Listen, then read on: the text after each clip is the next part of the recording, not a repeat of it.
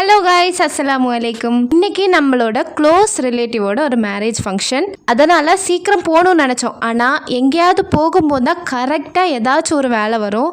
அதே மாதிரியே தவிர்க்க முடியாத ஒரு இம்பார்ட்டண்ட்டான வேலை வந்துச்சு. அதெல்லாமே முடிச்செடுத்து போகிறதுக்கே கொஞ்சம் டைம் ஆயிடுச்சு. இருந்தாலும் முடிஞ்ச அளவு ஃபாஸ்ட்டாக எல்லாருமே ரெடியாகி கிளம்பிட்டோம். கிட்டத்தட்ட நெருங்குற டைமில் நாங்கள் கரெக்டாக ரீச் பண்ணிக்கிட்டோம். சர்ச்சில் வச்சு தான் மேரேஜ் நடந்தது. அது முடிஞ்ச உடனே பக்கத்துலேயே ஒரு மண்டபம் இருக்குது, அதில் வச்சு ஃபங்க்ஷன் நடத்தியிருந்தாங்க. மேரேஜ் வந்து என்னோட பிரதருக்கு.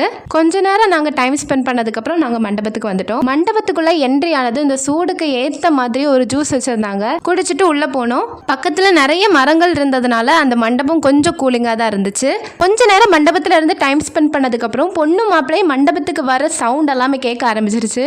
ஓடி போய் பார்த்தா சூப்பராக கெட்டு மேளத்தோடு வந்துட்டு இருந்தாங்க. டெக்கரேஷன்ஸுமே அவ்வளோ சூப்பராக இருந்துச்சு.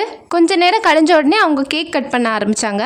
கேக்கெல்லாம் கட் பண்ணி முடிச்சதுக்கப்புறம் எல்லாருக்கும் கேக்கும் வைனும் டிஸ்ட்ரிபியூட் பண்ணியிருந்தாங்க. கொஞ்ச நேரம் தெரிஞ்சவங்களை எல்லாரையுமே பார்த்து மீட் பண்ணதுக்கப்புறம் நாங்கள் நேராக சாப்பிட போயிட்டோம். வெளியே பாப்கார்ன், ஐஸ்கிரீம் எல்லாமே இருந்துச்சு. நாங்கள் ஸ்ட்ரைட்டாக சாப்பிட போனோம். சாப்பாடு சொல்லவே வேண்டாம், அவ்வளோ சூப்பராக இருந்துச்சு. ஒவ்வொன்றும் பார்த்து பார்த்து பண்ணியிருந்தாங்க.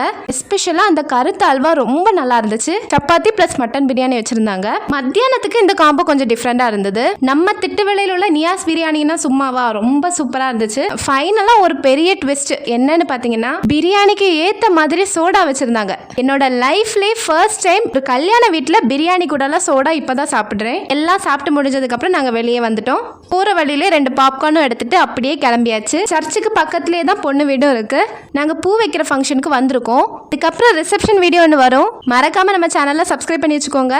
அப்போ ஓகே, இன்னொரு வீடியோவில் பார்க்கலாமா? பாய்.